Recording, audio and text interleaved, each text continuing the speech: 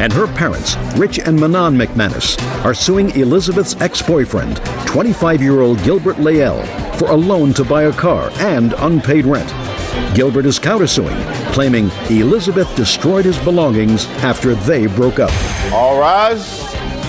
Quiet in the courtroom. Your Honor, this is case number 43 on the calendar in the matter of McManus versus Leal. Parties have been sworn in. You may be seated. Sir, have a seat. All right, Mr. McManus, it is your claim that the defendant, Mr. Leal, owes you, really you and your wife, for 2 loans that you made to him during the course of his relationship with your daughter. Correct. One was for $1,500 towards the purchase of a car for him. Yes. The second was $125 that he needed because he was short of rent, and he called you and asked you for the money. Mr. Leal says that you generously agreed to help him buy this car, and it was a gift. The $1,500 was a gift, and as was the $125 that you gave him towards the rent. Mr. Leal is counterclaiming because he says when he attempted to break off the relationship with your lovely daughter, she threw a hissy fit and broke a whole bunch of his property. Yes. Correct, sir? I'm going to start with you. When were you and Elizabeth dating? January, I believe. Of what year? Was it 2003? Elizabeth, when? It was in March of 2003. March. And there was a time that you lived together. Would you tell me when that was?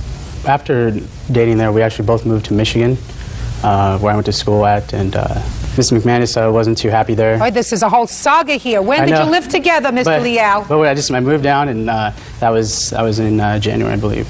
2004? Yes. Now, you didn't have a car. No. You were sharing a car with Elizabeth? Yes. You wanted your own car, and you approached your parents. Mm-hmm. And they agreed to give you how much money? They gave me about $3,900. Go ahead. I found a car that was well decently priced for $4,900. You saw a car for $4,900. Mm-hmm. All you had was $3,900. Mm-hmm. So what did you do, Gilbert? I didn't really think twice about it. At the time, I didn't really find anything that was working with $3,900. Life is very short. Right. And I have a lot of work to do. Right. So, you have $3,900. Mm-hmm. The car you want is $4,900. Mm-hmm. What did you do? Well, we were living together, like you already know. At the time, me and Elizabeth kind of briefly discussed it a little bit, but it still wasn't anything, too serious. So her dad approached me with helping me. Gilbert, at some point you had to call Mr. McManus and say, I have $3,900. The car I want is $4,900. Can you help me out? Right. So, I don't want to put words in your mouth. That's not what I do.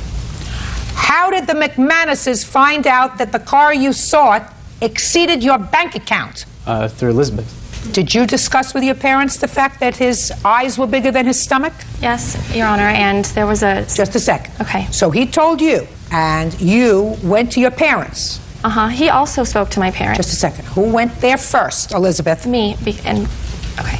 And what did you say to mother and or father? I told them that Gil had backed my car into someone else's car in a Taco Bell parking lot and took off paint that he said he was going to pay for, and that the whole car situation wasn't working out, and he needs a car so he can get to work and I can do my thing. Can you... That's what you told your parents? Yes. Can you what? Can you help him out by giving him a loan? Who did you discuss it with, your father or your mother? My mom. What did your mother say?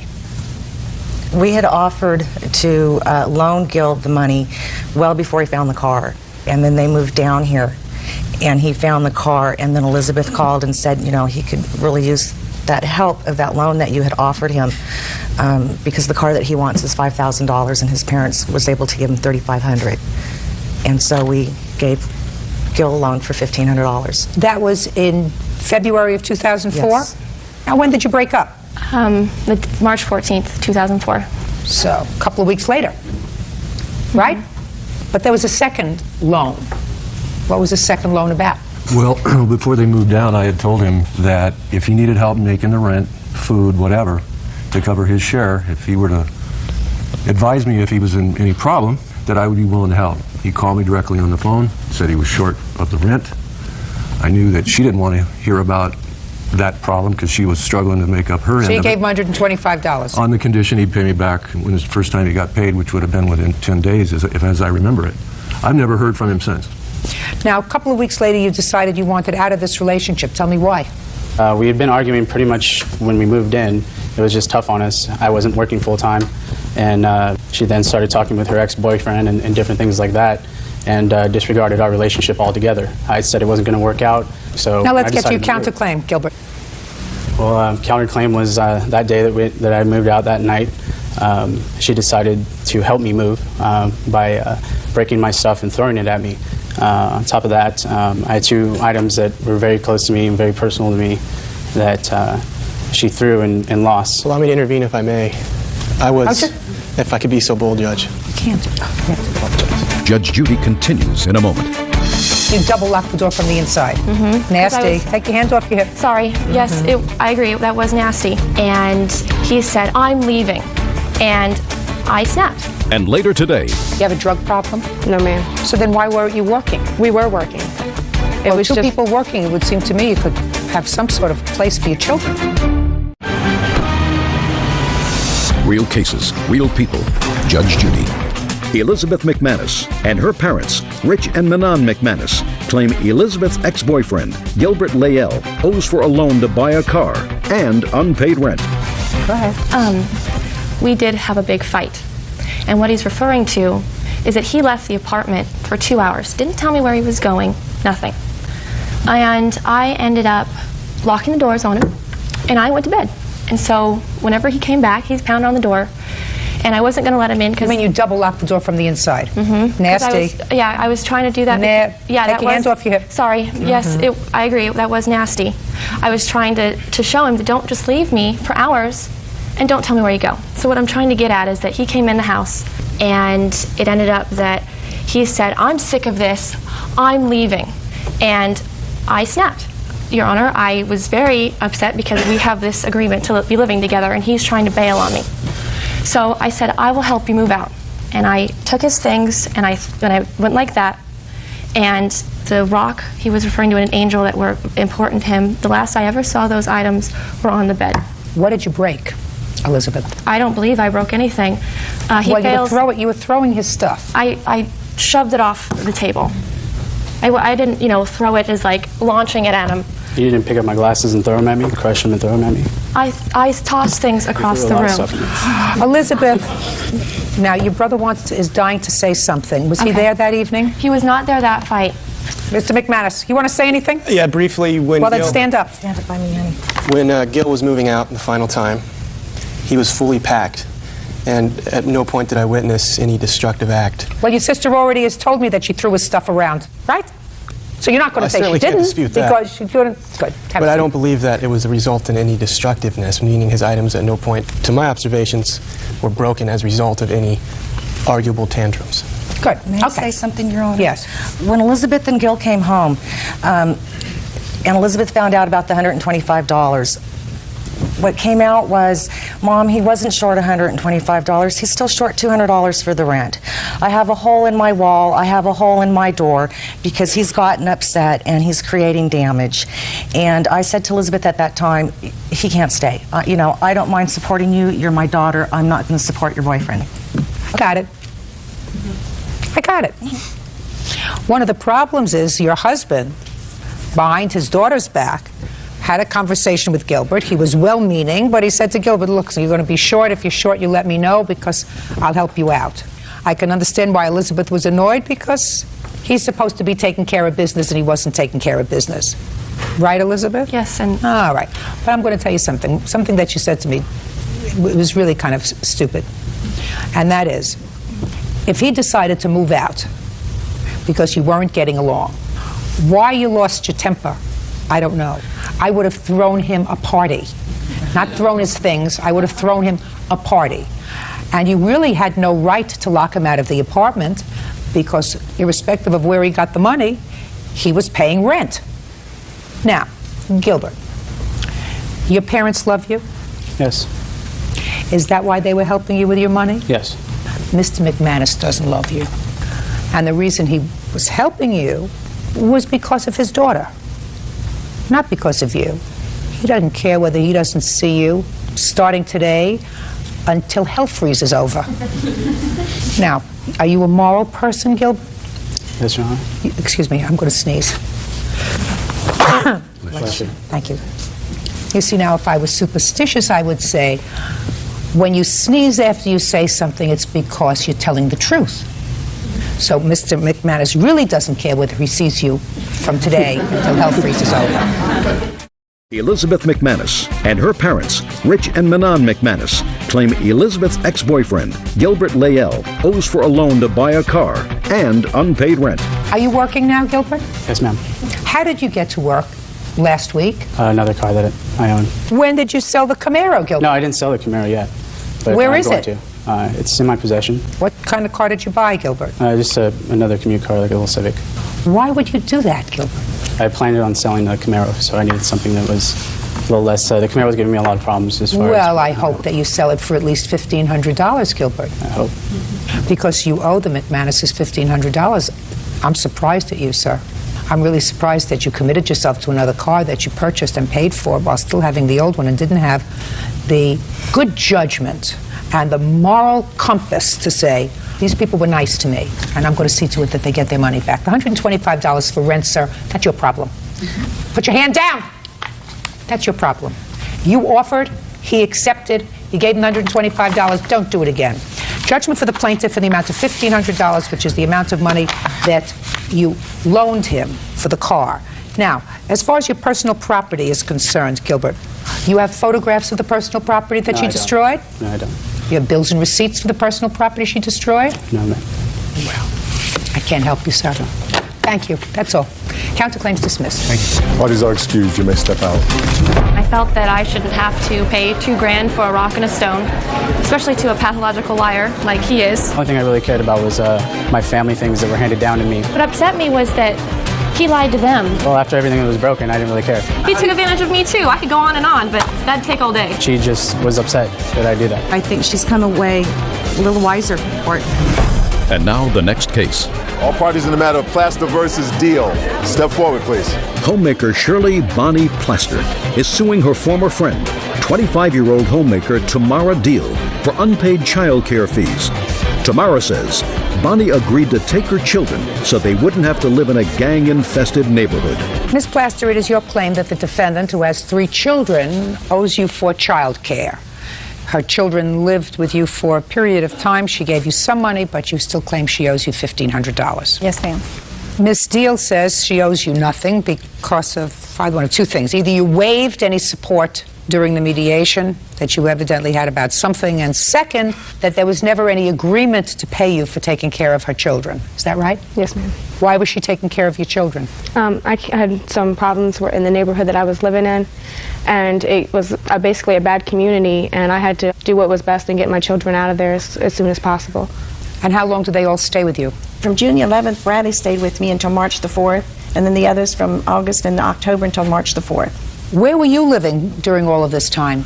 I recently... Richard, don't look down. Look at me. I recently moved out of the apartment that I was moving in because of the community, and I went to stay in hotels. That's why I thought it was best that Bonnie helped me out and take care of my kids. Who were you living in the hotels with? Me and the father of my children. You have a drug problem? No, ma'am. Did he? No, ma'am. So then why weren't you working? We were working.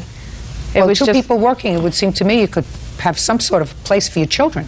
Right, at the time, you know, struggling trying to keep up the bill of the hotel and the gas to go back and forth to work and the money to eat on, it took us a long time to try to save the money up so that we could get on our feet.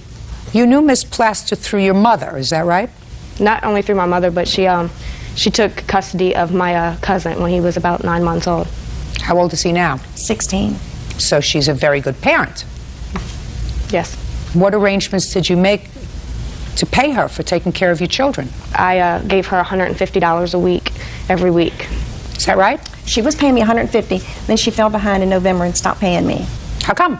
Back in November, I lost my brother. I had to take some leave of absence from work, and when I went to go back to work in December, they asked me not to come back because I had been off work for so long, so I wasn't getting a check every week. And then 2 weeks after that, my grandmother passed away as well. And what about the father of these children? He was with me. Why wasn't he giving her any money? He wasn't bringing home much. You know, $200–300 a week is basically getting us by. I mean, it's $350 for a week of hotel. It's $350 a week for hotel, madam. You can find a small apartment for less than that. No, not where we live. Where do you live? In Virginia. Sure you It's can. $1,200 a month for an apartment. Yeah. And when you're bringing home $300 a week, that's not making it much. It's Well, not you gonna just make a told me it difference. was $350 a week for a hotel room. Yeah, and we were struggling. And that's why I told Mrs. Plaster that when I got my taxes that I would give her some money because I didn't pay her in November when I lost my job. So how much money did you give her? $1,000. And how much money do you owe her? Nothing. After I gave her the $1,000, nothing was said until I was served with a court paper. Ms. Plaster, I'll hear you. She paid me $1,000 February the 12th, and I watched the kids from February the 12th to March the 4th when they took them out of there. She owed me $2,000 on February the 12th. She gave me $1,000. So she owes you $1,600. Right. But I rounded off to make it just even $1,500. She said in November, I assume when you stopped working, you got behind. And you were Correct. behind $2,000. You gave her $1,000 at that time in February. That's not right. I mean, a month, that's $600. Okay, that's what I, you know, if I owe her anything, that's what I should have been owing her. But I gave her the $1,000 in February because I didn't give her just any a money second. for December. When you gave her the end of November. $1,000 in February, did you take your children home? No, I took them home Just a in second. March. So they stayed with her for another month, another 4 weeks. Yeah. Are they with you now? Yes, they are. Who else do you live with? The father of my kids. You have 3 children with this man. Is there any reason why you're not married to him? The time isn't right. I mean,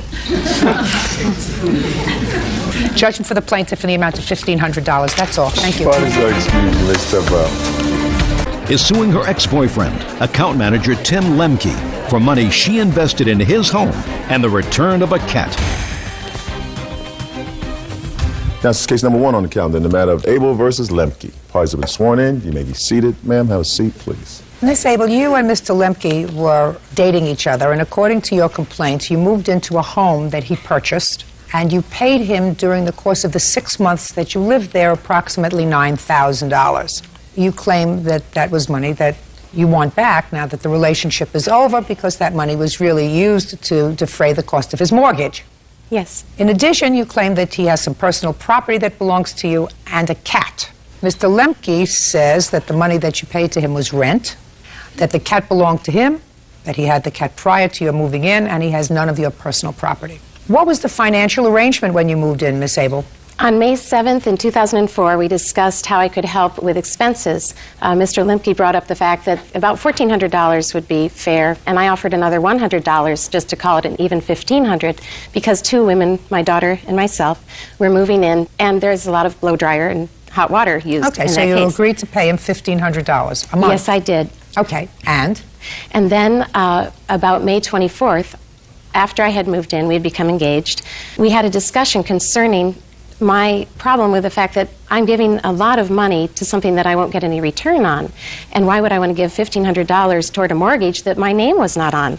And Mr. Lemke said, well, I've been thinking about that, and here's what I've worked out. And I have the notes that he jotted down that day to explain to me how this money was actually an investment into his property. Well, first tell me what he said to you.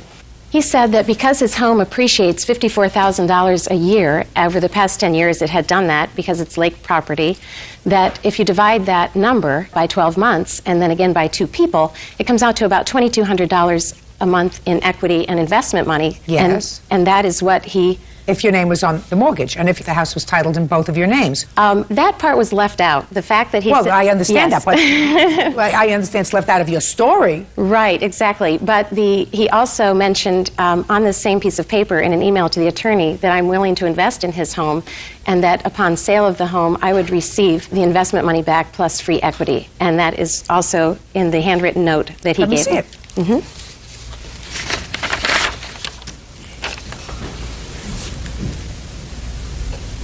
Well, this note discusses a prenuptial agreement that the 2 of you were contemplating. Correct. And what he says is, Gail wants to enhance the aesthetic ambiance of my cabin and is willing to invest in it. Mm-hmm. Any proceeds over $775,000 would be shared in the event of a sale. Are you okay doing a prenup for both of us? Mm-hmm. Okay. Have you sold the cabin? Nope. Well, your agreement was that when and if the house was sold, you would share in the profits and get your money back. The house hasn't been sold. Correct. So you can't change the agreement because you're no longer together. You could have just as easily worked out an agreement where you said, well, that's fine. If the house is sold, I get my money back, and if we don't get married, I get some of my money back. But you didn't do that. So you didn't get your money back. The house hasn't been sold. That's your agreement. But it was a term of our engagement and marriage as I understood it, that that money was investment. You don't make an investment just because you understood it to be an investment. So you never came to an agreement with regard to that, according to this. Now, you're not suggesting that Mr. Lemke agreed to support you and your daughter. Oh, not at all. Good. Not at all. So that your $1,500 a month that you paid went for the roof over your head and your daughter's head, the electric that you say you used because you're two women that use more electricity for the heating or air conditioning or whatever else. $1,500 a month is reasonable. Get over it. Now let's get to the cat. Did you have the cat before? Gail got the cat on her 40th birthday as a gift to herself, and shortly after I met her, gave me the cat. When? She said, we met February 3rd, and she gave me the cat February 20th. Were you living together at the time? No, she was living in her house. And she gave me the cat because the house was a total mess of animal feces and stink Whose in house? her house. Yes. And she had trouble with maintaining all the dogs and the cats in her house. So How many dogs did she have? I'm guessing 5 to 10. Is that how many dogs you had? I'm a breeder, Your Honor, and I had 5 dogs, yes, at the time. How many cats? 2. And I would like to say that my house was not, as he mentioned. When did you move into his house? May 15th, 2004. All right, so between February and May, the cat was in his house. No, Your Honor, no. I'm sorry. The cat did not leave my home until April. I had not decided to move in with him until April. And at that point, he asked if he could take the cat ahead of time because his daughters would get a kick out of it. Okay. When did you move out of the house? November 26, 2004. And when you moved out of the house, did you take the cat with you? No, I couldn't, Your Honor. I had to leave in a hurry because of abusive behavior. Did you come back on the 27th for your cat? Just answer my question. Did you come back on the 27th for your cat? Not for the cat, Your Honor. For possessions that I needed, my clothing and that sort of thing that I needed that I could take with me. Good, but you didn't take your cat. No, I could not. Why could not? He had told me that I must leave the dog and the cat there. Fine. Did you come back with the police and say, this is my cat? Yes, I did on February 28th. Too late. Finished. Cat's his. If somebody took my dog, I guarantee you I would be there. I would file a lawsuit, not for my property, but if somebody took my dog and wouldn't let me have my dog, it wouldn't take me from November 26th to February to say, Your my Honor, pet is gone. I had been asking him for the cat over Asking and over him for again. the cat, listen to me, asking him for the cat is not what one does when one is missing one's valued, precious pet. Judge Judy continues in a moment. The property that you claim he has that's yours are a soy sauce bottle, CDs, tape gun, painting supplies, and brush. Yes, a growing list of things that I needed I'm not to get. interested in your growing list. Get over it, Miss Abel. And later today, I read the answer about the flying pencil, but I want him to tell me himself how the pencil got on his chair. So we're going to start from turn around and look at me. real cases, real people. Judge Judy. Gail Abel says ex-boyfriend Tim Lemke owes for the return of money she invested in his home. Gail also claims Tim won't return her cat. Go ahead. I have email of all the times I requested amicably to get the cat back. Starting before February? Yes. Show me before Absolutely February. before February. All right, this starts on January 16th. We had prior communication until No, that just a date. second. So the first Yes. time from November is in January that you have proof of when you asked for the cat back. Is that what you're telling me? Let me That's the see. proof, yes. Let me see. It starts at the top of the page. Shh.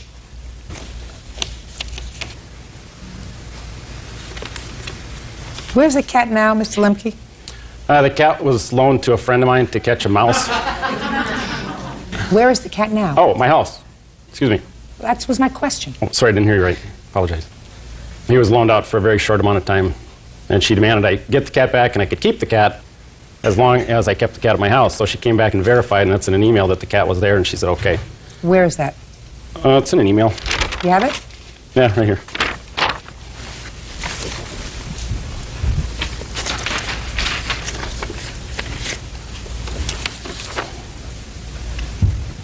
And when she... Shh. Excuse me. Well, this in January seems to indicate that you wanted to come to his house to verify that the cat was back in his house. Yes. And I asked again, may I please take my cat back? And he said no, he wouldn't even let me near it. He had the cat missing for a month, Your Honor. That night he gave me 3 different stories as to where the cat was. First it was with an old lady having surgery. Where are your dogs now? The one that I kept is with me. The other dogs I placed in other homes because... And what about the cat that you had? I had the cat for 6 years. Where's the cat? Oh, the second cat? Yes. Oh, the second cat? Yes, the cat. The cat we're talking about. No, your other cat. You said you had 5 dogs and 2 cats. Right. Where's the other cat? Right. The other cat went home with Mr. Lemke's nephew and stayed with his brother. I have that cat back now. I'm very thankful to say. So you have the cat back? I have the other cat back, yes. But not this one. But in the top of that email that you see, he said, I will give you the cat back if it's that big of a deal. And I said, yes, it is that big of a deal. Well, evidently it wasn't such a big deal because you waited 4 months to get it back. Now, what property? Are you telling me that the property that you claim he has that's yours are a soy sauce bottle? Oh, sorry, Your Honor. CDs, just a second. A soy sauce bottle, that's what you say in the email. CDs, a tape gun, painting supplies, brush, hand pail, rollers. This is what you say in an email. Yes, as I discovered things were missing, Your Honor. I'm not interested in as you discovered. Is this the email that you sent to him on January 19th? Soy sauce bottle, CDs, tape gun, painting supplies, and brush. Yes, a growing list of things that I needed I'm not to get. interested in your growing list. Get over it, Miss Abel. Listen to me very carefully. It didn't work out. Put your list down. It didn't work out. You paid rent for $1,500 a month for those 6 months that you lived there. Very reasonable, considering you are 2 people. You made that agreement, and the fact that it didn't work out, and you did not memorialize an agreement that was more specific with regard to the $1,500 that you were paying him, is your problem. You cannot visit that on courts. It didn't work out. Put a period, move on. Thank you very much. Goodbye. All right, thank you. Bodies are excused. You may step out. I was naive, I was stupid, I made decisions too quickly, and I trusted someone who should not have been trusted. The thing that was left out was when she moved in, there wasn't 5 dogs. There ended up being 12. Extremely controlling, I was told how to breathe, how to stand, how fast I had to get pretty in the morning, and not to wear gray sweatshirts ever. I'm not controlling. That's who he is, and I just say the next girl needs to watch out. She's a wonderful gal. It's too bad she left. I'm glad it's over, and I do trust Judge Judy to make the right decision. And now the next case. All parties in the matter of Macias versus Ayala, step forward, please. Medical coder Alina Macias is suing the mother of her son's schoolmate, business owner Sandra Ayala, for the cost of her son's medical bills and pain and suffering. Alina says Sandra's boy injured her son with a pencil. Step over there. No, you have... Yeah, no. Okay, you too. What's your first name? Nathaniel. And yours? Jonathan.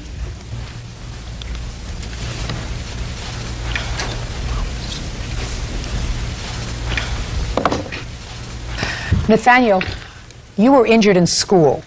Right. With a pencil.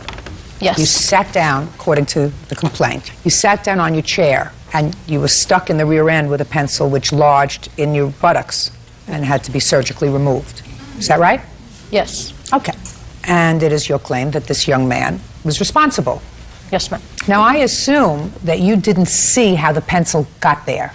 Because if you had seen how the pencil got there, you wouldn't have sat on it, right? Yes, ma'am. So you didn't see how it got there? No, ma'am. So Jonathan here is going to tell me, because I read the answer about the flying pencil, but I want him to tell me himself how the pencil got on his chair. So we're going to start from turn around and look at me. 12-year-old Nathaniel Mancha says his classmate, 12-year-old Jonathan Ayala, stuck him with a pencil. Jonathan claims it was an accident. How old are you? 12. How do you do in school? Good. How is your conduct in school? Good, too. Never have any complaints by the teachers? A little bit only. Speak up. A little bit only. And when the teachers complain about you a little bit only, what do they complain about? Like sometimes talking and then like a little bit slacking off. Now, you know Nathaniel, right? Mm-hmm. How long has he been in your class? This year only. Do you like him? Uh-huh. Did you play together? Uh-huh. Do you remember the day that he was hurt with the pencil? Uh-huh. Yes, ma'am. Tell me how the pencil got on his chair. Well, I was doing my work and like the pencil was like small, so I didn't want it anymore. So I wanted to throw it to the trash, and It's just the pencil was small, yes. and you're sitting in your seat, Uh-huh. and you wanted to throw the pencil in the trash. Yes. Where was the trash? Next to Nate's chair. And how far away from Nate were you sitting? At least like 2.5 feet. So very close. But So now you got this little pencil, and you wanted to throw it away, and the trash was right next to him. yes, it was right next to his chair. What were you going to use to complete your work? Another pencil that I had on my desk, which was bigger. So you had a little well on your desk where you could keep the pencils? No, I always put my pencils next to my papers. Do you have a book bag? Yeah, in my backpack. Where is your backpack? I left it home that day. What were you wearing to school? My school emblem shirt and my jeans. Your shirt have a pocket? No. Your jeans have a pocket? Yeah, but they're tight. You know you're pretty swift. You think that you're smarter than I am? No. You're not, Jonathan. Believe me, you're not. You know where I'm going with these questions? Uh-huh. Where do you think I'm going with these questions? Trying to see if I'm telling the truth or not. Yeah, trying to see if you could put the pencil someplace else rather than throw. What you're going to tell me is you threw the pencil into the trash. Or you tried to throw it into the trash. Yeah, I was going to. Right? Uh-huh. And it landed straight up on Jonathan's chair. And he sat on it. Right? I didn't land straight on the chair. It was going through the chair when he sat on it because he was... It was in midair when he sat on it. Yes, it was pointing up.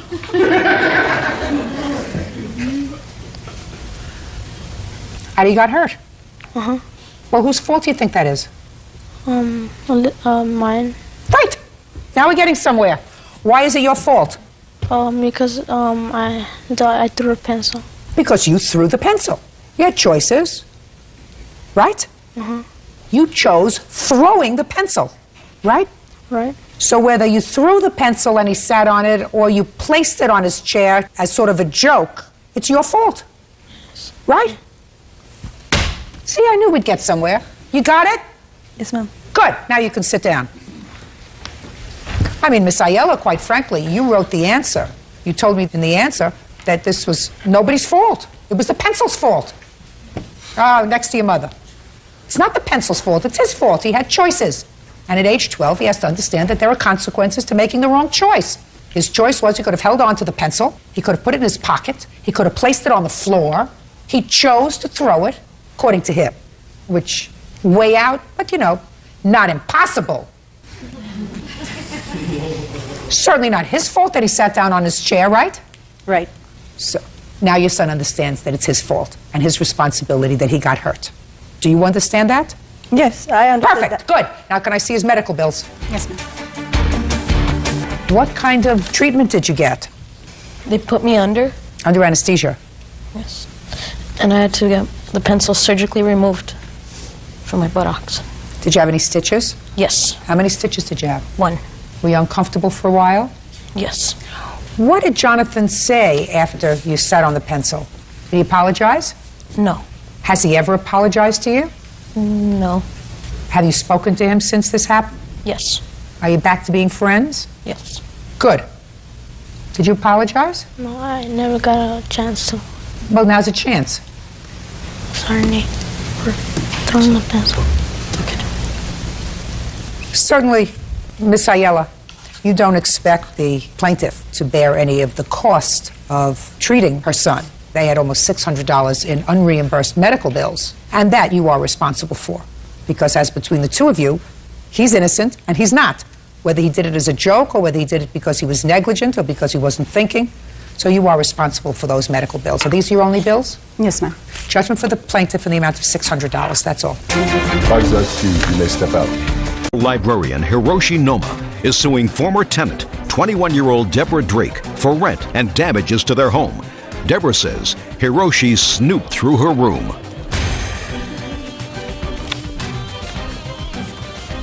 It's case number 68 on the calendar in the matter of Noma versus Drake. Parties have been sworn in. You may be seated.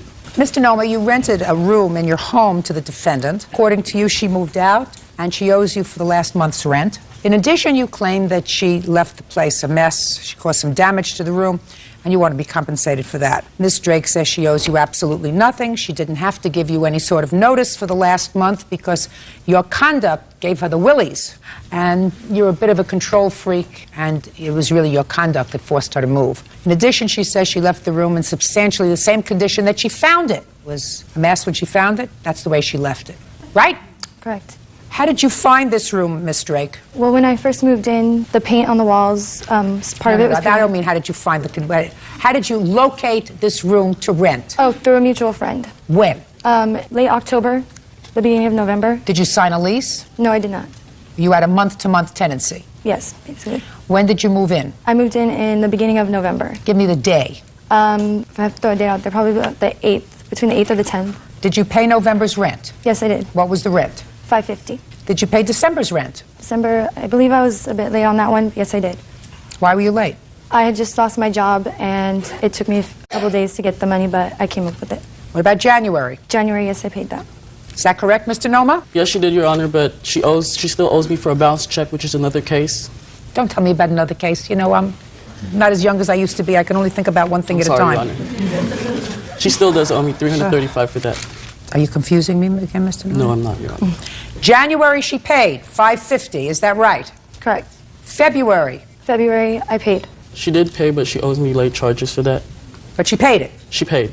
It's March we're talking about. Yes, we're talking about March, Your Honor. Okay. What happened in February, Miss Drake, that caused you to move out of the house? Basically, the living conditions, I couldn't deal with it anymore. That is really kind of mushy. I don't understand that. Well, basically, Hiroshi, he became too controlling. My privacy was invaded.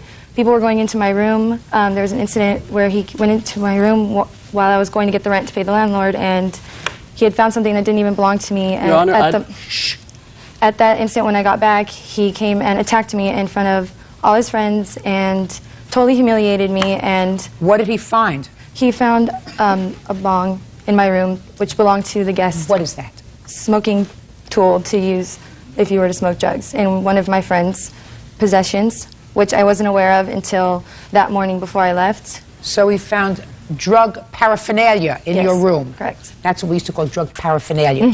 Now they call it something else. Yeah, man. Okay. How did you find this in her room? I went into her room February. She knows that I went into her room. Yeah, she knows now. She knows. Why did you go into her room? Because, Your Honor, I was looking for something. I was looking for something that she told me to look for. What?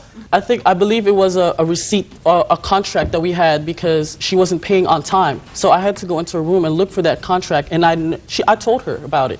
Just a minute, I want you to, Mr. Noma. Yes, sir. Yes, ma'am. I'm sorry. You can't double talk me, Mr. Noma. First you said she told you to go inside the room to look for a contract. Mm-hmm. Did she tell you where to go and look in her room? It was on the table. That's not my question. Yes, she did, on the table. She said, go into my room, the contract is on the table. Yes, ma'am. Is that what you said, Miss Drake? No, it's not. No, Mr. She's Noma, lying, listen to me, because then you said, I went into her room, she knew I was going to look for it. That's There's a difference. You have to be very careful, Mr. Noma. You may have a just cause today. If you fudge the truth, you're not going to be successful. Do you understand? Yes, ma'am. So you were snooping around in her room? Yes, ma'am. Perfect. And you found this drug paraphernalia? Yes, ma'am. Much better. You see how easy that was? Then you don't get tortured. I apologize. Right? I don't like to torture people. It doesn't make me feel terrific. Okay, so you were snooping around in her room and you confronted her with the drug paraphernalia? Yes, ma'am. Who was there when you confronted her with the drug paraphernalia? One of her friends was in the room when I confronted her in her room.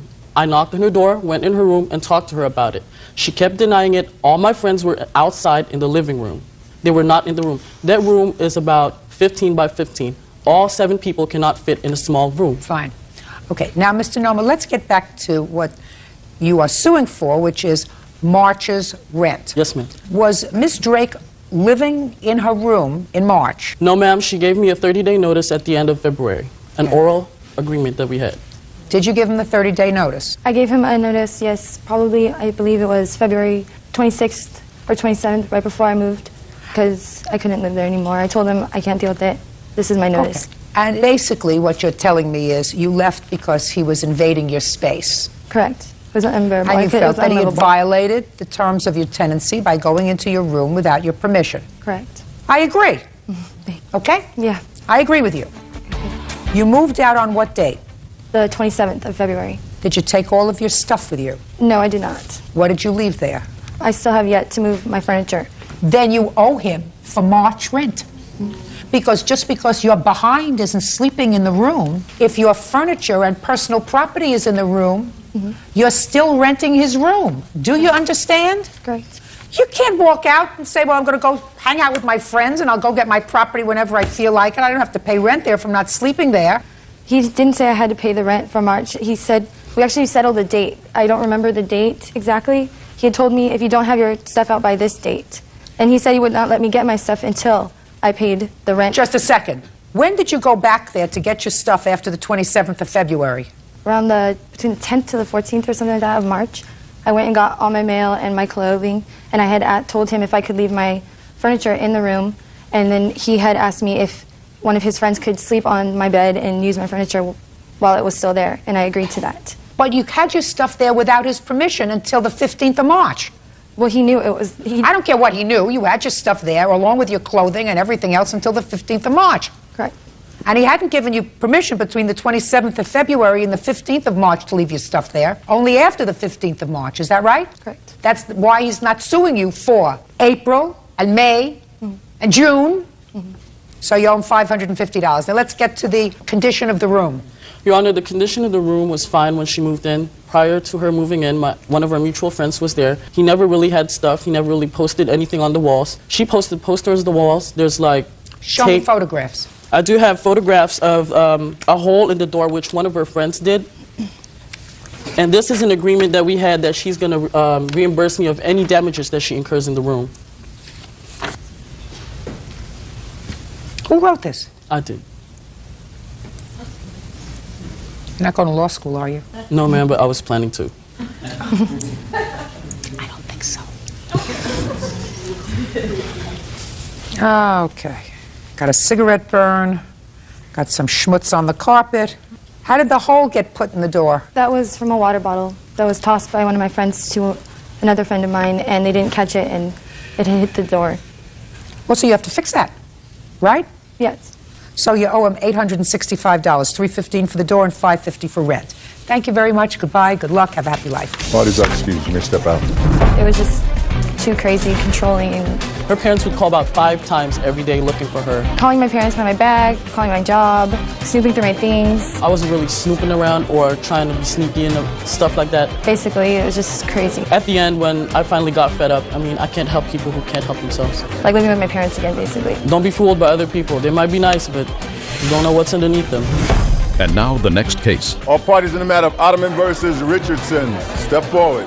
21-year-old student Joseph Ottoman is suing fellow student Timothy Richardson for assaulting him outside a bar. Timothy says a drunken Joseph and his female friends started the fight.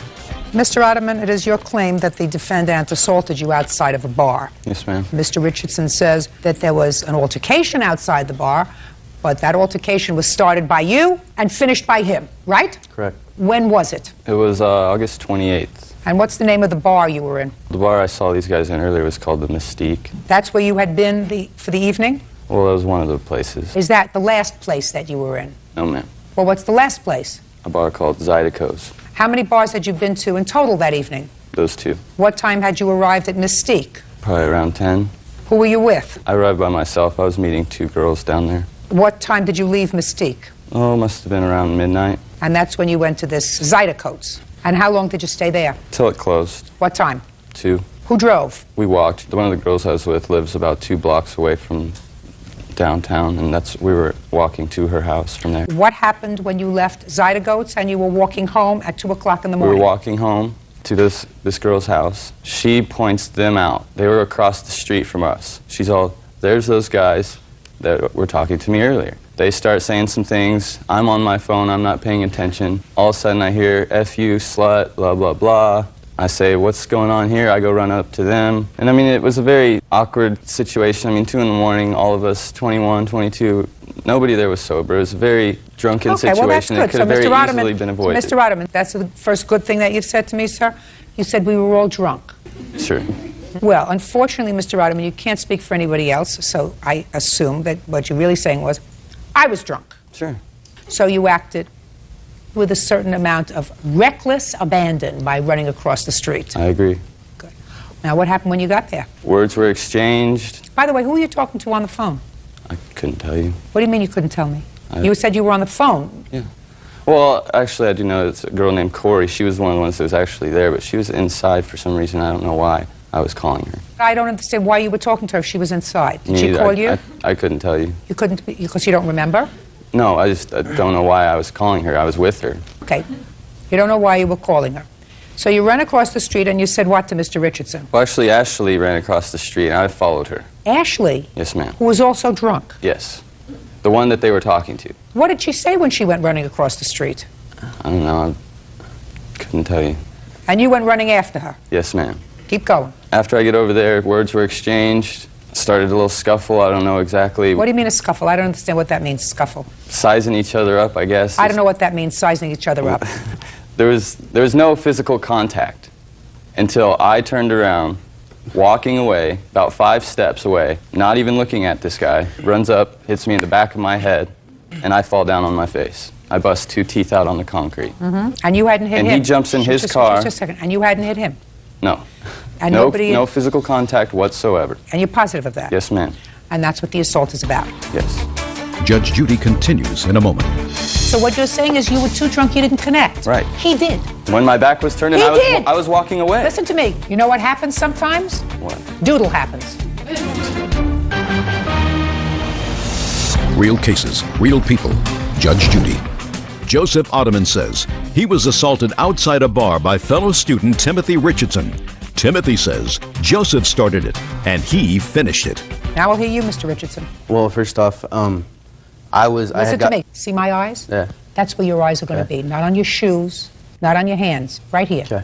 Where the altercation happened, it was like 2 blocks behind Old Town, where all the bars were. And I was with some other friends that were out there, and I was walking with them. I lost my ride, and so I got on the cell phone, and as I got off the phone, I heard this Ashley, I presumed was his girlfriend, why the whole thing got started in the first place. And I heard her say something to me. I replied with no vulgarity. I just looked over, I replied nice. I was like, hey girl, what's up? And before she even said anything, he came out and started saying, oh, you know, F you, F this, you talking, blah, blah, all of that. And I was like, I'm not even talking to you, what's your problem? And then he came out into the middle of the street and was challenging me to come to him. And like, I don't have a habit of going and picking a fight when I'm outnumbered and all that. So I was just like, okay, yeah, that's right, I'll keep walking away. He's like, yeah, you know, you effing P word, keep walking away. I was like, all right, buddy, that's right, I'll keep walking away. So when I got to the car, he came and he got in my face, and that was the only time that I remember saying anything vulgar at all, because he was in my face. And And then on the second encounter, I tried to get away, and it's in the police report. He's like, yeah, that's right, get back in your effing Subaru. And he was in my face, and then when he tried to sidestep him, that's when confrontation arose. He pushed me, and the next thing I know, he comes at me, punching me. And he actually connected with the last punch. He hit me in the lip. I fell down. I yelled for Chris, and that's when he rose his hands up, and he's like, I'll F Chris up. And when he backed up and put his hands up, I didn't want it, because I was kind of on my knees. I felt vulnerable. So I jumped up, hit him in the side of the face, and he had fell down, and then his other friend came to us trying to confront us. He's like, oh, what have you done? Because I saw that I hit him once, he fell to the ground, and I knew, he was in bad shape. And then his other friend came to us, and at that point, I thought the best thing to do was to leave, and we got out of there. Okay. Who's Emma Lee? She was a lady who lived in the apartment building right in front of where... Yes! The only one who's not a friend, who says there was a lot of cursing, both sides. Doesn't know who started the physical fight, but there was definitely an acknowledgement of a fight. 3 or 4 punches were thrown by each guy. Then the fella in the white pants hit another fella in the neck or head, and Joe fell face first into the street. I came outside to help. I kept him from getting up before the ambulance arrived. Emma Lee says she saw lots of fighting before you got hit, sir. It was drunken fighting. You gotta understand, there was no contact made. I understand I was drunk. I admit that. Listen to me. If you were drunk and there was lots of fighting, she says she saw a lot of fighting. So what you're saying is you were too drunk, you didn't connect. Right. He did. When my back was turned, I was walking away. Listen to me. He did. Right. He connected. Okay. You were too drunk to connect. Right. Why are you here? Because I was walking away, calling it a night. When he decided to connect was when I was walking away, trying to get out of there. I didn't want any more to do with the situation. I was already talking to him, face back to this guy. He decides, runs up, hits me in the back of the head, jumps in his car, and takes off. You know what happens sometimes? What? Doodle happens. That's what happens when you're drunk and stupid. You know who started it? You and Ashley. You know who finished it? He did. You started it. He finished it. Stop being a crybaby. That's what happens when you're 21 years old and drunk and stupid. Things happen. And you ended up without 2 front teeth. That's your fault. It's not my fault. It's not his fault. Sometimes when you act drunk and stupid, you get the worst of the fight. Ends up on your face. That's what happens sometimes. So if you want to take this as a good life's lesson, sir, you don't drink until you're so stupid that you don't remember who you're talking to on the phone, what you're talking about. You stay sober enough to remain in control of your actions. And when you don't come crying to courts and say, you got to help me now because I was drunk and stupid. Have I made myself clear to you? Your case is dismissed. Pas excuse, you may step out. Hostess Veronica Redden is suing her mother-in-law, Donna Redden, for rent and damages due to mental distress. Veronica says Donna came to live with her while her husband was deployed in Iraq. All rise. Quiet in the courtroom. The defendant is your mother-in-law. Are you still married to her son? Yes. He's in the armed forces? Navy. How long has he been away? He's been gone since December 6th. According to your complaint, your mother-in-law owes you for rent and for other conduct that caused you loss of wages, harassment, whatever. Your mother-in-law says she lived with you for a brief period of time. She didn't stay there the entire month. She shouldn't have to pay rent. And she doesn't think that anything that she did rises to the level of harassment. Is that right, Mrs. Redden? That's true, Your Honor. All right. Your mother-in-law came to live with you when? December 4th. Why? Because my husband was leaving for deployment and I don't drive. I also have 3 small children who I was going to need help with. How old are they? They're 3, 4, and soon to be 2. Are these your only grandchildren? Yes, they are, Your Honor. So you asked your mother-in-law to come to do you a favor? Pretty much. Where was she coming from? Oregon. Is this your only child? Yes, it is. How long have you lived in Oregon, by the way? 40 years off and on. So you were really relocating? Yes, ma'am. Okay. Now, what do you think she owes you for? There was an agreement between her and my husband that was made over the phone that there was conversation back and forth that I was thinking about when she moved out to get a job for a second income. And when he'd mentioned that to her, she said, no, I don't need to get a job, that she'd pay $700 when she moved every month for her to move in. What kind of work do you do? I'm disabled. I have a VA pension that I get monthly. Go ahead. So she agreed that it was going to be $700 a month. I heard that. That way I wasn't going to have to get a job because for some reason she didn't approve of the fact that I wanted to get a job. Right, that sounds perfect to me. I would rather you stay home and watch 2-, 3-, and 4-year-olds. Let you watch them. You made them. You watch them. Why should she watch them? She's already raised hers.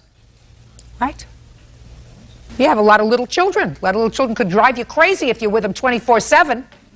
So it's nice to go out and get a job. You know, you're with adults all day and you leave somebody else to take care of your kids.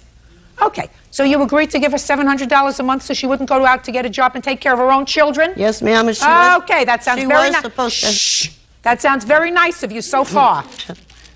Relocating from a place you lived for 40 years to come and help your daughter-in-law because your son was going off to serve his country and you were coming to assist her. Yes, ma'am.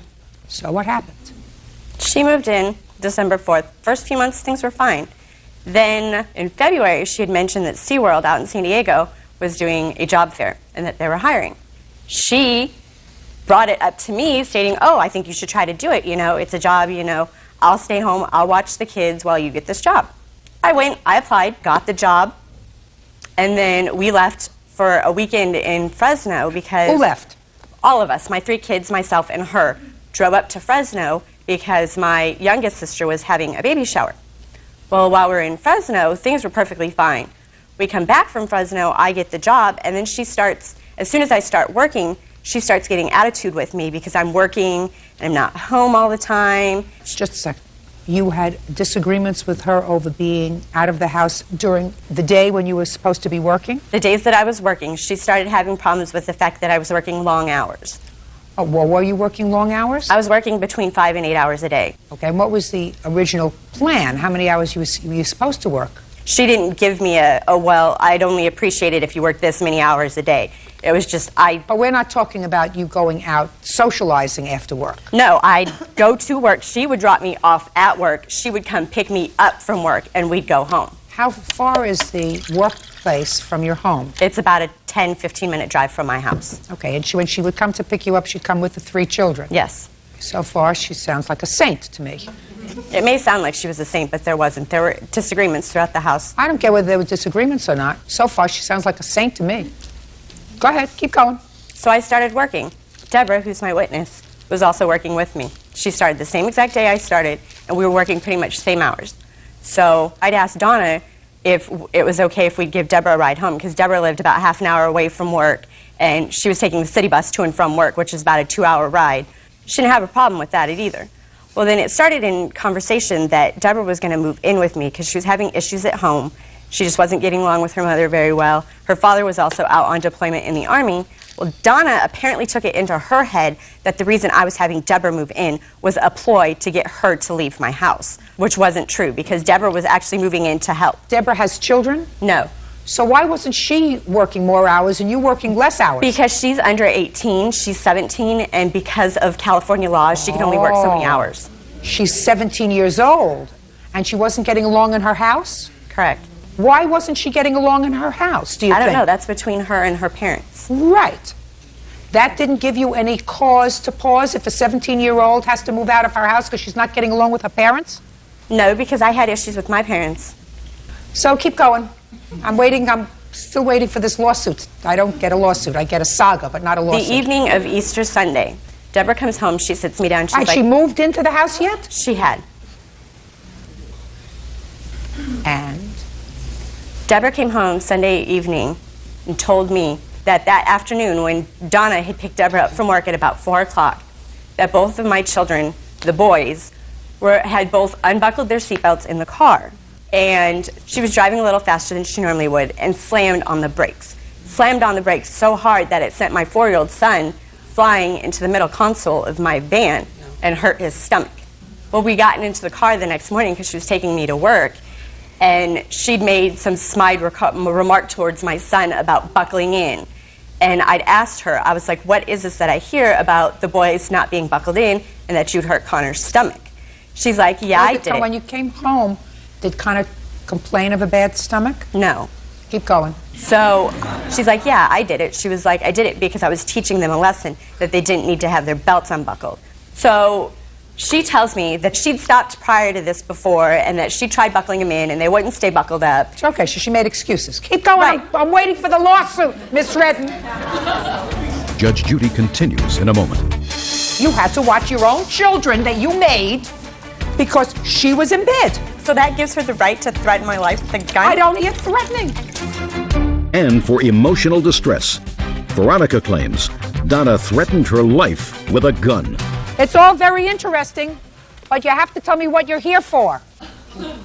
Well, the whole car incident was what led me to suing her because I'd come home early on the 29th from work, and in a binder that I have that has the bills that we have monthly, she had scribbled out what she was supposed to be paying me for the month and left some remark about how she wasn't an idiot and she wasn't going to pay me. You mean she wasn't going to pay the $700 a month? Right, because she didn't feel that she needed to because she was taking care of the kids more and everything. But prior to that... Just a second. Miss Redden, so this is what your lawsuit is about. Now we're getting there very swiftly.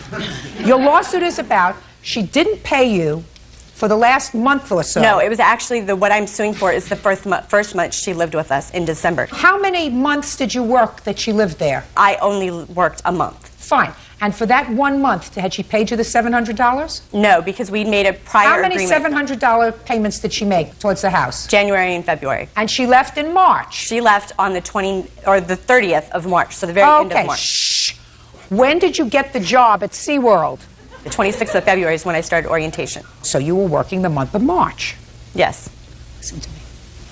If what you're telling me is that you came home and you saw her scratched out that she was going to give you $700 a month because she said that wasn't your arrangement. She wasn't going to watch your kids while you went to work. No, that was the arrangement when I got the job. She agreed to watching the children. Right, just a second. Just a second. She agreed to watch your children, Miss Redden, and not pay you rent. It had nothing to do with the rent. She agreed. Listen because when I got the job. Listen to me, my dear. Let's go back to the original conversation. Mrs. Redden, do I look like I need help from you? No, ma'am. I mean, she's got a lot of growing up to do. I agree. She's going to start today. Thank you. Your husband had, according to you, an agreement with his mother. His mother said, I don't want her to go out and get a job for a second income. I'll come, and so she doesn't get a job and stays home and watches her children. I'll put in $700 towards running of the household. Then she comes, relocates hundreds and hundreds of miles from a home that she's had for 40 years in order to assist you. Let me tell you what you just told me. She takes care of your children because you decide that you want a job. You want to go to SeaWorld. You want to be amongst people. You don't want to deal with 2, 3, and 4-year-old babies 24/7. That's the hardest job in the world, taking care of 3 little children. It's much easier to be amongst adults where you can meet other reputable people, like a 17-year-old who can't get along with a family.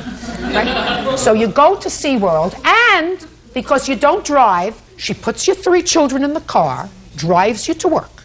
Then you meet Miss Yuckum over here. And you say, I don't want my friend to have to travel 2 hours by bus. Your mother-in-law says, fine, I'll pick her up or I'll drive her home so she doesn't have to take the bus 2 hours each way. Then, genius that you are, you say, I think I'm going to have her move in with me. I assume that you just met her at SeaWorld, so you know squat about her background.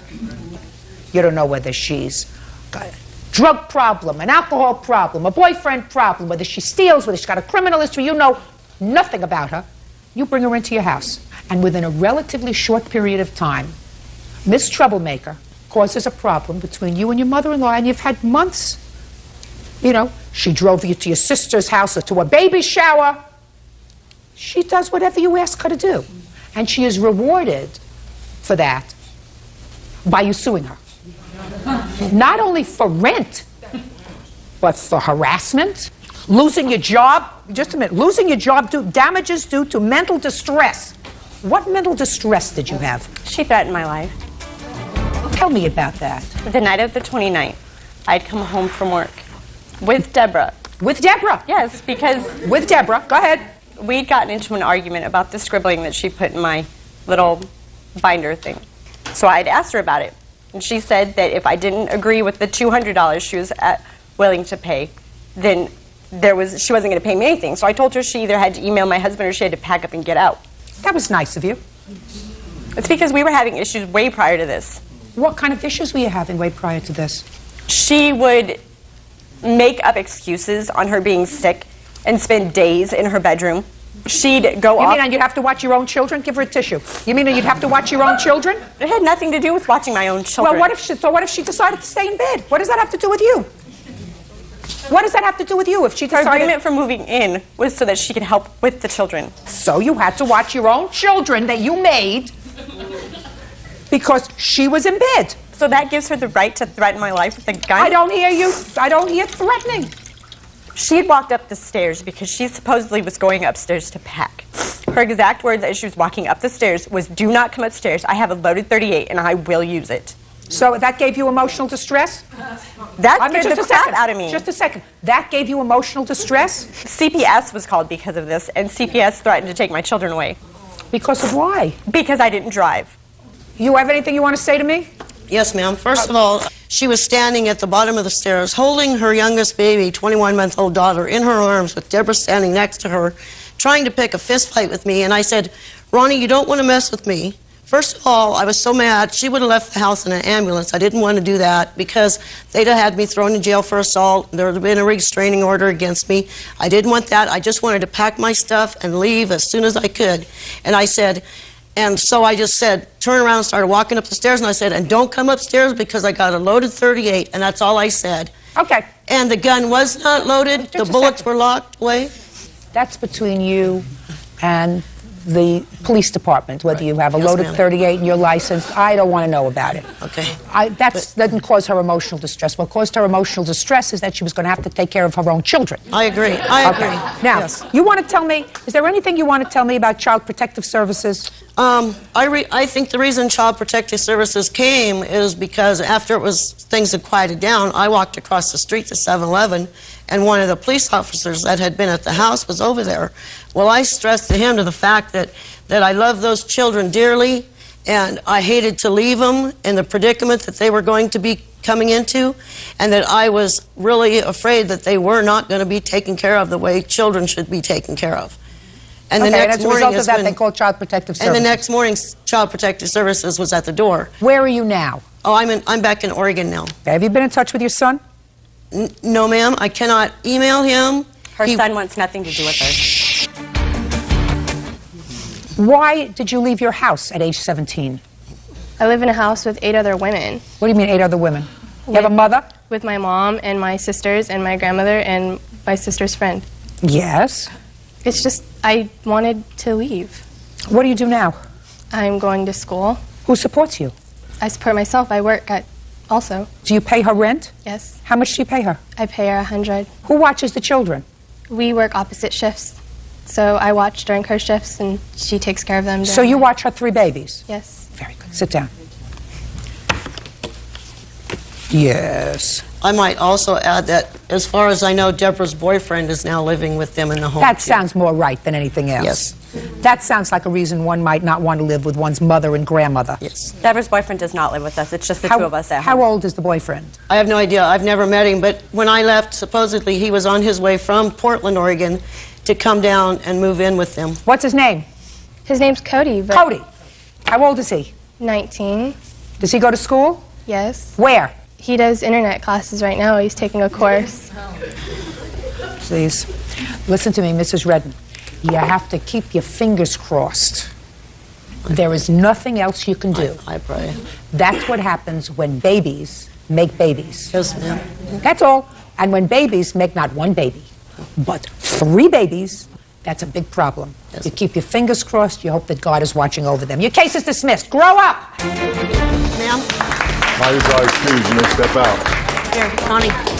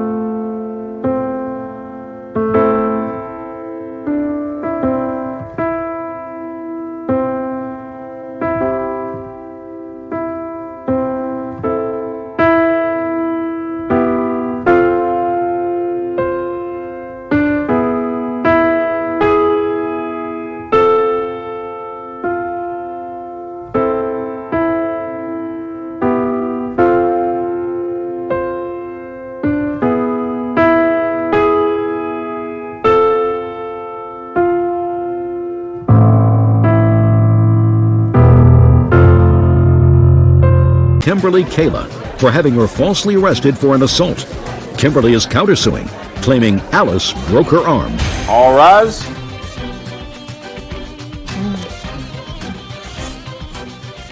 Yeah, this is case number 22 on the calendar in the matter of Moore versus Kayla. Thank you, Bert. You're welcome, Judge. Parties have been sworn in, Your Honor. You may be seated. Folks, have a seat, please. Whew. Family that certainly does not get along well. Miss Moore, the defendant is your niece. Yes, ma'am. And it is your claim that she had you falsely arrested for assaulting her last year during the time that your mother was ill and dying. Yes, ma'am. You went through a trial recently and were acquitted. Yes, found ma'am. not guilty.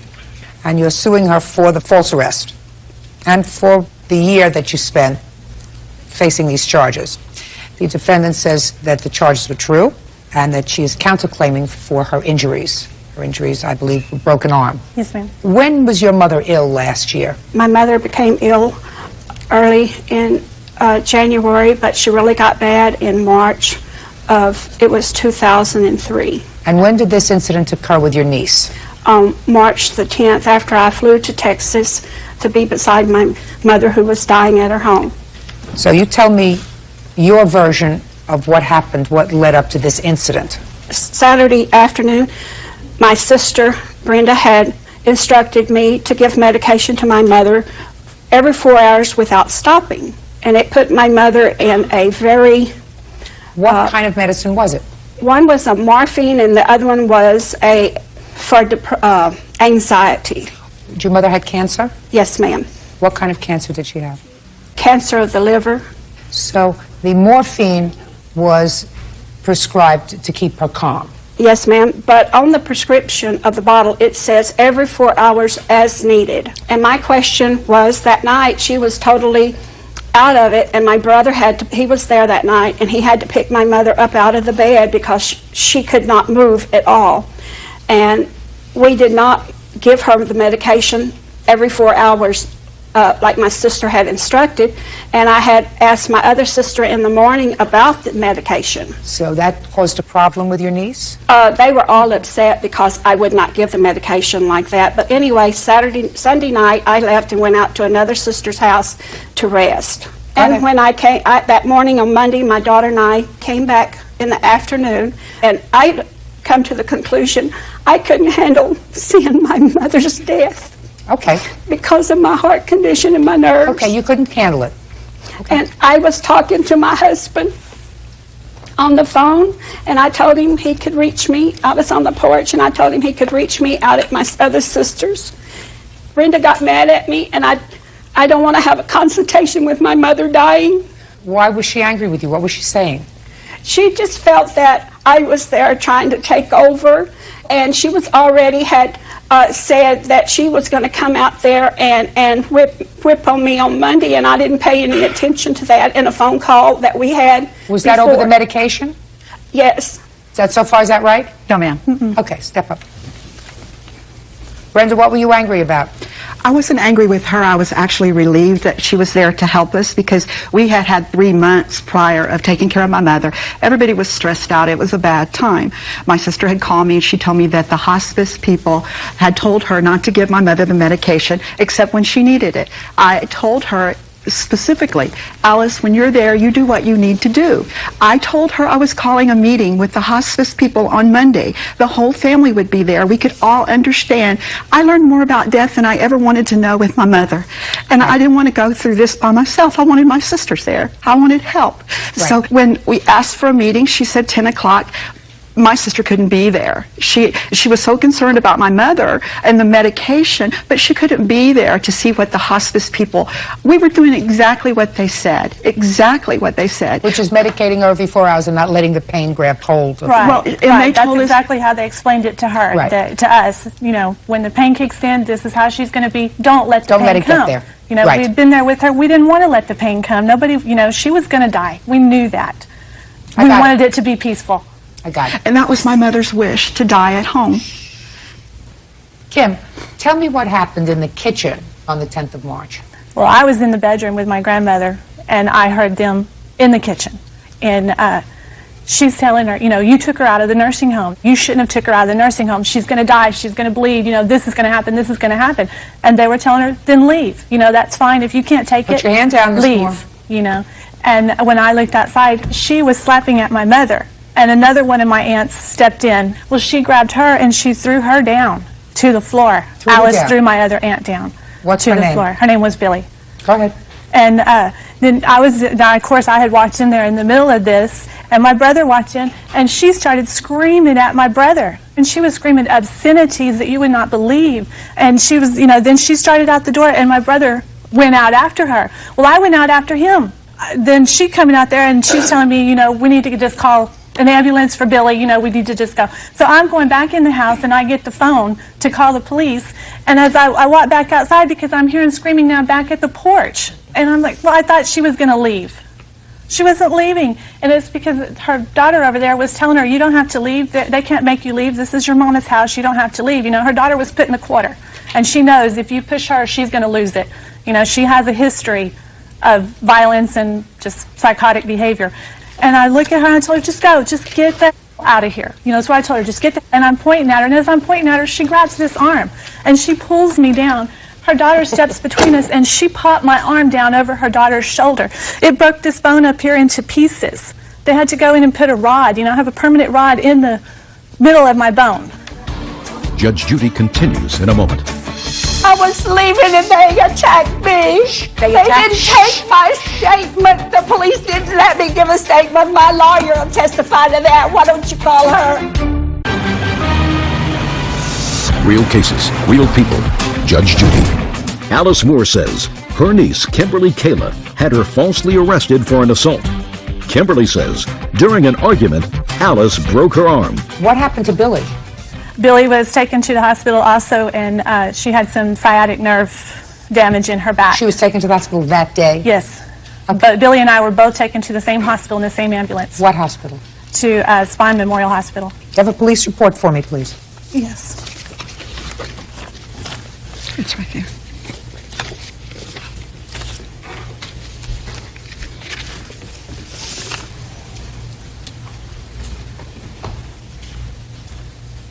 Okay, Ms. Moore, coming back to you. Now we're going to come to the point in this story where you're going to tell me your version of how her arm got broken.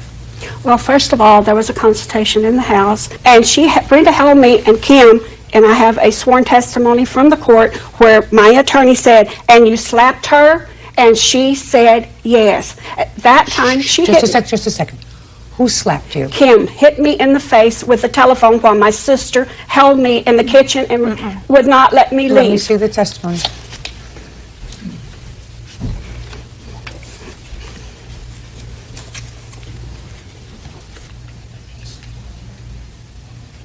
Oh, well, she says, do you remember slapping Alice? She said, yeah, I told you in the kitchen when she was pulling my hair and we were going back and forth. And you slapped her? Yes. But, Judge, I could not be pulling her hair. Just a minute. Don't explain. You have to read me the whole thing, Miss Moore. Okay. She didn't just admit slapping you. She said you were pulling her hair and you were going back and forth and she slapped you. At the time she slapped me, I had my hands restrained by my sister Brenda. I would like you to tell me how her arm got broken. Well, from there, I went outside and was leaving. At that time, her brother stopped me from going to the car. He pounced over the porch and pulled his hand back to hit me. And you're looking at a guy, I wouldn't take my eyes off because he lives weight and he could have killed me. And he said all kinds of things to me as I was trying to leave. My daughter stood in between us to stop it. Okay, so your daughter got in between you and her brother. Right. Okay. And as I was looking for my granddaughter, Kim. Just a second. If your daughter got in between the two of you, why didn't you go back to your car? I was going, but my granddaughter had the keys to my car. Where were you looking for her? Right there in front of my mother's house. Well, you just have to look. How old is your granddaughter? Is she a little teeny girl? Yes. How old is she? I thought she was about 11 or 12. That's what she looks like. How old? She just turned 18, Judge. So she was 16 at the time. 15. She hadn't turned 16 yet. 15 at the time. Well, you're not looking for her on the ground, madam. Listen to me. If you're looking for your granddaughter who's outside, and the people who are outside, according to you, your nephew, and your daughter, that's 3 people. That's who you told me were outside, and you were looking for your granddaughter around that area. That and Kim came off the porch, charged off the porch with something and hit me in the face, and I could not see. I put my hands up, and I have pictures of where she hit me in the head, and I couldn't see at that time. Just a second. Hold on a second. Show me the pictures that you have.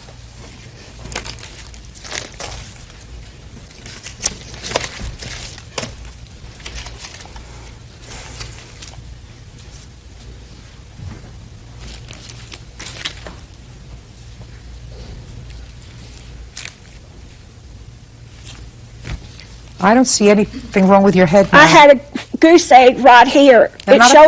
Not according to the police report. The police did not come and check me out at all or anything. I went to the hospital, to the emergency room. Let me see the medical records from the hospital. According to the police report, when they spoke to you, there was nothing wrong with you, except you were complaining of chest pains. That's according to 2 police officers. Listen to me. That's what the police said. You complained of. Not a goose egg on your head, not being hit on your head. They took you to the hospital for observation because, listen to me, because of the chest pains. What I want you to do is give me the hospital record. I don't have that part. Well, I could not get that part in time for court today. Well, that's unfortunate because you've had over a year to get that hospital record. Who are you? I'm her husband, Your Honor. Were you there? I talked to her at 7 o'clock. He was on the phone when I went in to tell her I was leaving. She was leaving. Were you there? No, I wasn't. My daughter Frankie was there. Oh, I believe Frankie was there. You can step up, Frankie. I believe you were there. Yes, ma'am.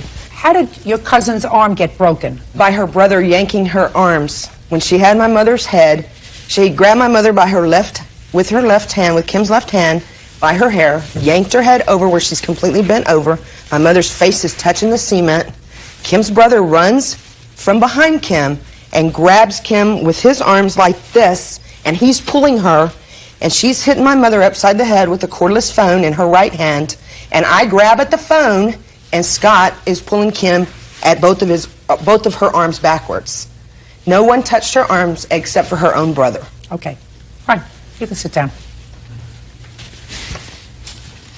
It's very unfortunate when everybody gets stressed out in a situation where...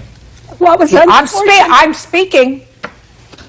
It's very unfortunate when people get stressed and angry because somebody who's close to them is dying. And put the picture down, madam. Pay attention to me. The first mistake that you made was not listening. Your mother was dying of liver cancer. The instructions that you were given to give her morphine every 4 hours were the appropriate instructions. I am not a medical person, but unfortunately I have been in situations where I know that you're not supposed to wait until you are in pain, as needed, when you are dying. You're supposed to keep medicated so that the pain of liver cancer doesn't take hold. So these people were taking care of your mother for months before you got there. And then pay attention, try to get it through. And then you come to the scene and decide, this isn't right. The medication says as needed. I'm not going to give her the medication every 4 hours. And everybody is annoyed at that situation because you're sort of a Johnny-come-lately. They've been there for months taking care of the situation, making decisions without you. They were the ones who were up at night, they were the ones who were feeding, and all of a sudden you show up and decide to change the rules. Big mistake. You weren't saving your mother's life, Miss Moore. She was going to die. I'm speaking. She was going to die anyway. The question was she going to die peacefully and not in pain ever? Or whether you were going to try, your method of treatment was let her get a little bit uncomfortable and then we'll give her the medication as needed. Unfortunately, you made a mistake in your choice. I do not believe your daughter when your daughter says that you were beaten over the head with a phone, because there is nothing in any of the official records, including hospital records, which you had every opportunity to get over the last year and a half, that suggests that when you were admitted to the hospital for your chest pains, they noted bruising and swelling on your head that would be consistent with your being hit over the head repeatedly, according to you, and according to your daughter, with a cell phone. So I do not believe you were falsely charged. And I believe you broke her arm. Oh, ma'am, I believe that you... I'm speaking. I did not. I was leaving and they attacked me. Okay. That's all I was doing was leaving. You may have convinced you, Miss Moore. I didn't care about what medicine they gave Mother. They attacked me. They didn't take my statement. The police didn't let me give a statement. My lawyer will testify to that. Why don't you call her? Listen to me. I don't want to go any further with this, Miss Moore, because I'm speaking. Guilty of all those. I'm speaking. I'm speaking. Speak. I swear I did not. Listen to me very carefully. The Bible, I took a lie detector's test even, and I did not touch them. Your case is dismissed. Did you have any unreimbursed medical bills? Yes, ma'am. What were they? Unreimbursed medical bills. I have $7,000 right here. Judgment for the defense. Marshall's three sons forced her 17-year-old autistic son to steal money from her home. Order. All rise. Quiet in the courtroom. All rise. Yeah, this is case number 283 on the calendar, the matter of House versus Sparks. Parties have been sworn in, Judge. You may be seated. You folks have seats, please. Mr. House, according to your complaint, you have a son whose name is Paul. Yes, I do. And the defendant has several children. Yes. One of those children is a young girl. What is her name? Vanessa. And Paul and Vanessa, who is not here, are friends. Right, they were. According to what I've read, your son was at home Yes. And he wasn't supposed to have any company. Right. And Vanessa was there.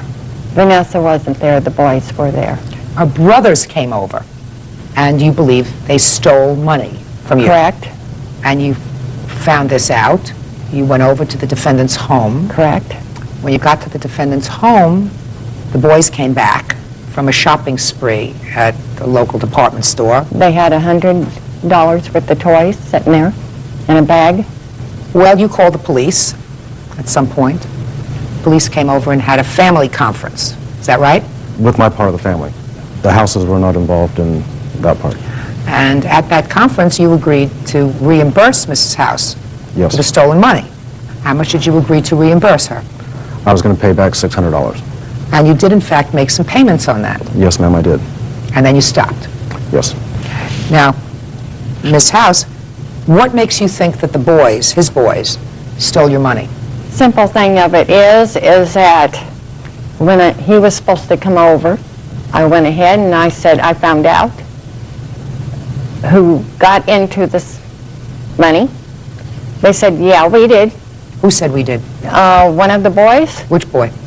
The oldest one. Who's the oldest? Step up. And said, yes, I had your money, and we're having fun with it. And he said this in front of you? On the phone. Talking to you? Yes. Is that right? No, I didn't. What did you say? When she called my house and asked if we had her money, we told her that we didn't know what happened to the money. First we lied to her, then we told her the truth.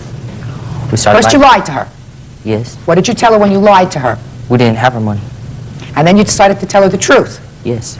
So let's hear the truth, starting from you and your brother. Which brother? Both of them. Both of them.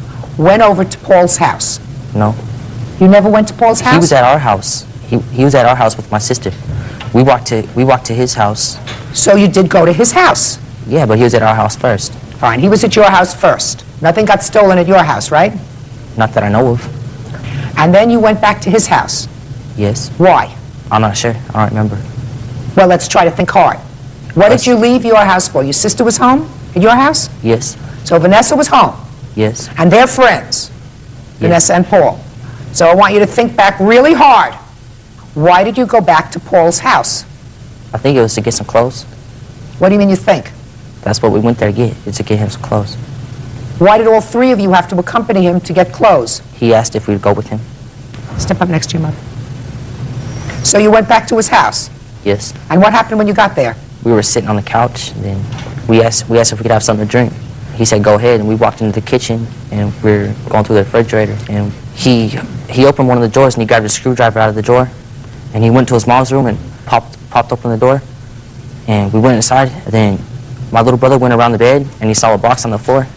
My little brother asked what was in the box. He told us that his mom keeps their money in there.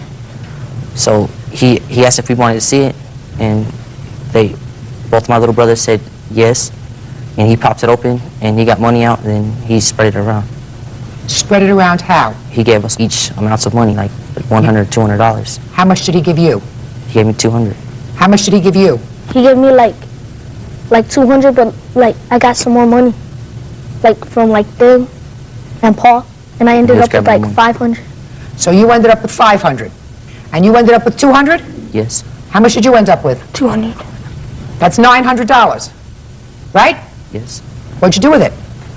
We went back to my house. First we went to Circle K and we bought some stuff like candy, and he bought some roses for my sister. We went to my house and he gave the roses to my sister, and they did their kissing stuff. And then we all went to Kmart's. And? We bought stuff there. Where's the stuff that you bought at Kmart? They took some of the stuff to return it, and we didn't have none of the receipts. They went to try to return it. You didn't have any receipts? No, we got rid of them. What'd you do with the money? We spent the money that we had. You didn't spend all $900 at Kmart. Not all of it. Some of it that I kept, I had it hidden, and my dad went in my room and he got it. He went through my room and found it, and he gave it back to the houses. Well, you only had $200. Yes. And is that the $200 that you gave back? I did return $200 back to the houses. Well, what about the others? They had another $700. What'd you do about finding that money? I didn't actually really know about that money until I heard from the houses. All I knew about, when Paul came over with the money, all I saw was $200. Well, now you know. But because your answer, Mr. Sparks, says My children didn't steal anything, and I don't believe we owe them anything. But they did steal. Well, when was the first time you knew that they stole? Today? When the houses came over and told me that there was $1,500 missing, they had brought Paul with them.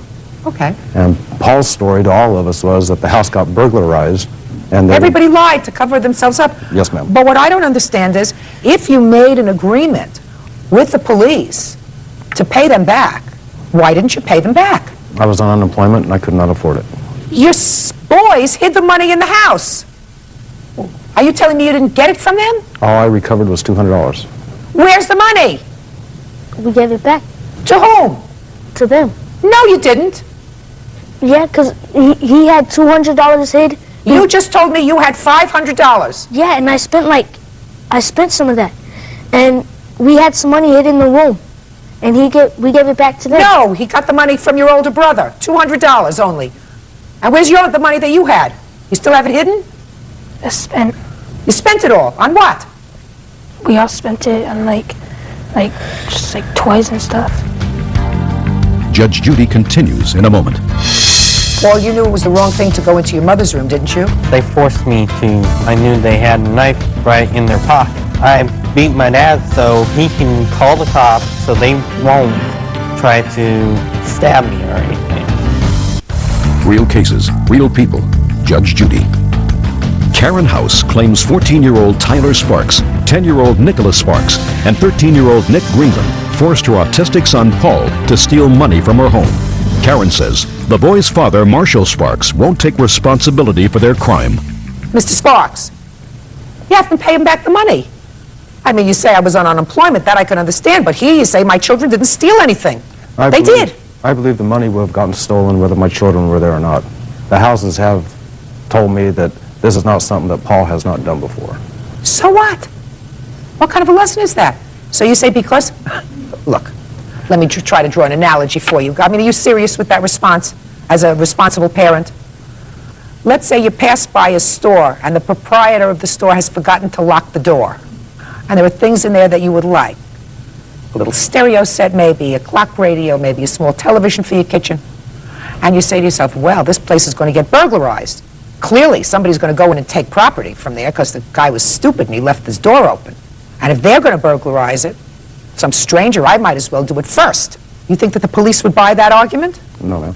Of course. So are you going to try to tell me again that, well, the money would have gotten stolen anyway, whether my son stole it or somebody else stole it doesn't make any difference? No, I believe Paul would have stolen the money whether my children were with him or not.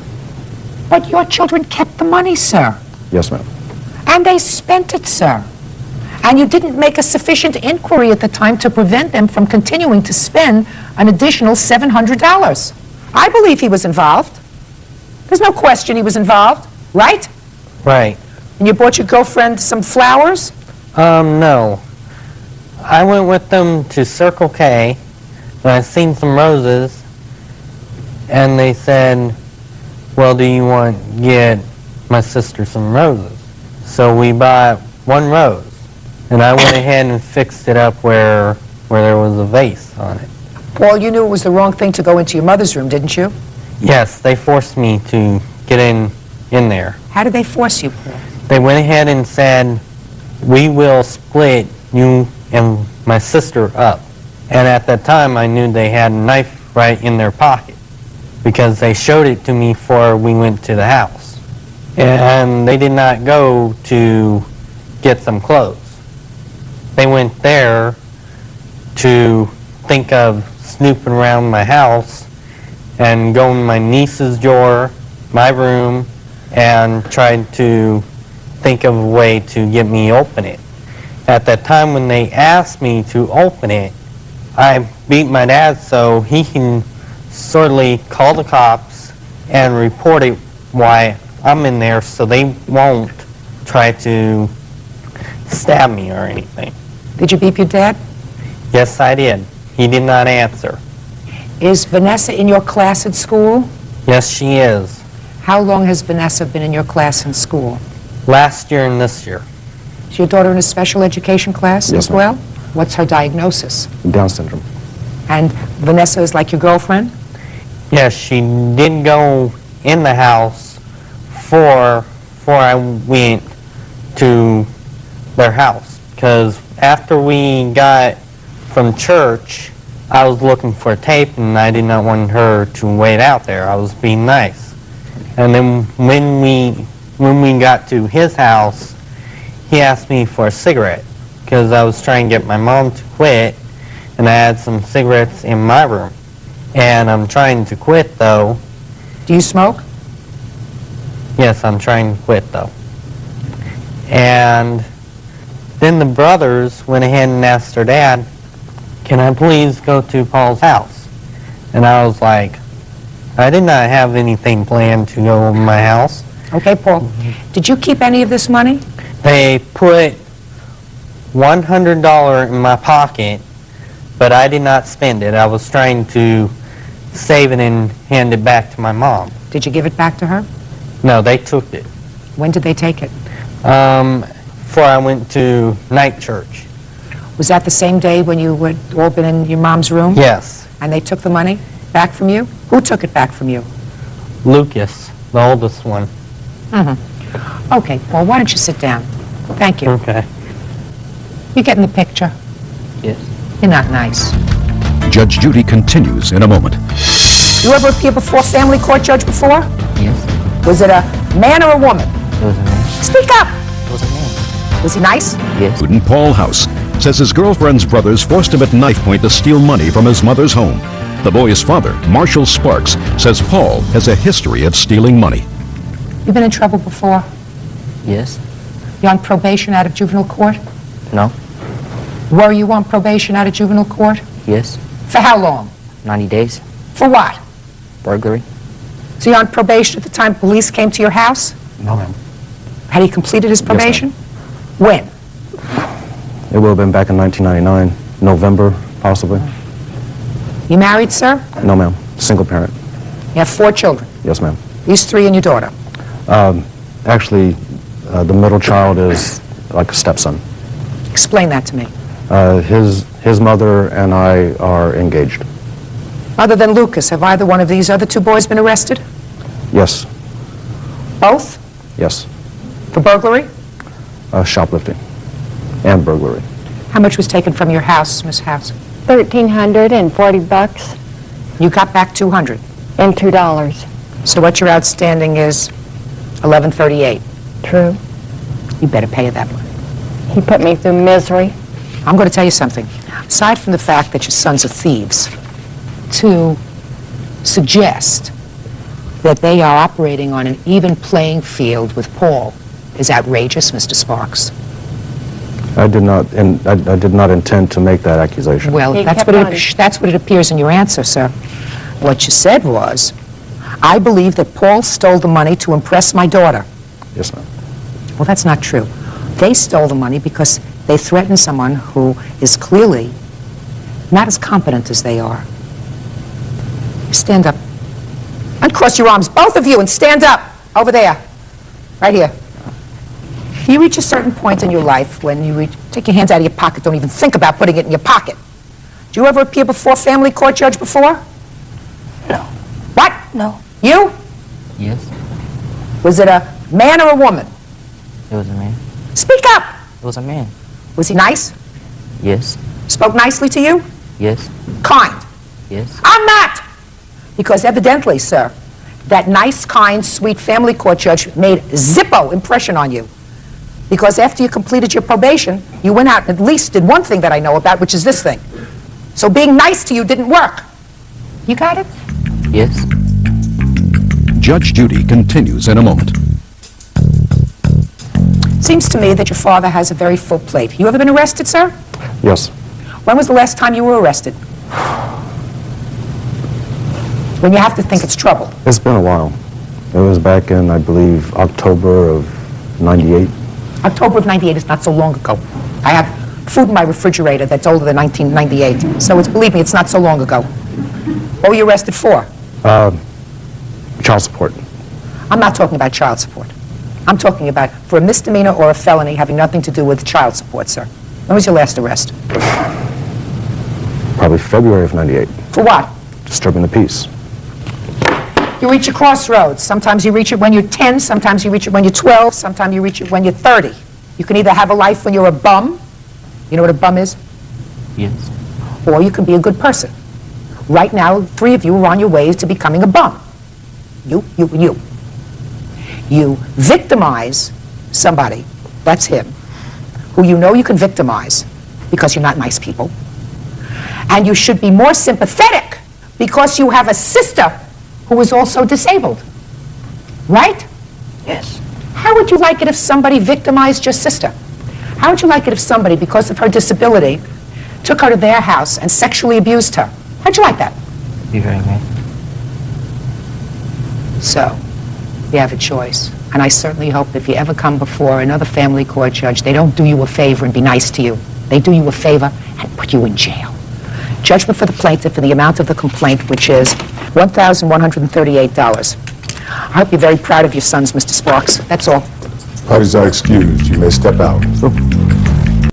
हमने आँखों से देखा नहीं है मगर हमने आँखों से देखा नहीं है मगर उनकी तस्वीर सीने में मौजूद है जिसने लाकर कला में इलाही दिया जिसने लाकर कला में इलाही दिया वो मोहम्मद मदीने में मौजूद है फूल खिलते हैं पढ़ के सल्ले अला फूल खिलते हैं पढ़ के सल्ले अला झूम कर कह रही है ये बादे सबा ऐसी खुशबू चमन के गुलों में कहाँ ऐसी खुशबू